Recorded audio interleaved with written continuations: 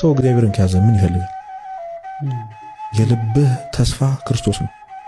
ሰው እግዚአብሔርን ካለ በምንም ልንወዳደር አይችልም። በጊዜ እግዚአብሔርን ከያዘ ሰው ጋር በምንም ልትወዳደር አትችልም።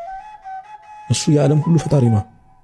ዓለምን በመዳፉ የያዘን አምላክ ከጎንህ እንደማድረግ ምን ፈልጋል? ከዚህ መኪናው ነዳይ ለምን አትሆን?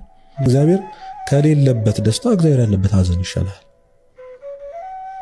እግዚአብሔር ከሌለበት ሀብታምነት እግዚአብሔር ያለበት ነዳይነት ይሻላል። እመኒ የአልዓዛርና የባለጸጋ ነው ታሪክ እኮ እንደዛ። በምድር ለትንሽ ጊዜ ነው የተሰቃየው አልዓዛር። ሉቃስ ወንጌል ፍርፋሪ እንኳን አይሰጠውም ነበር። በቁስል የተመታ ምን አይነት አሰቃቂት እንደሆነ አስበው። አሁን ኖረ ነው የሚባለው፣ ግን ተገናኙ ላይ ተቃራኒው ነው። በአብርሃም እቅፍ ነው።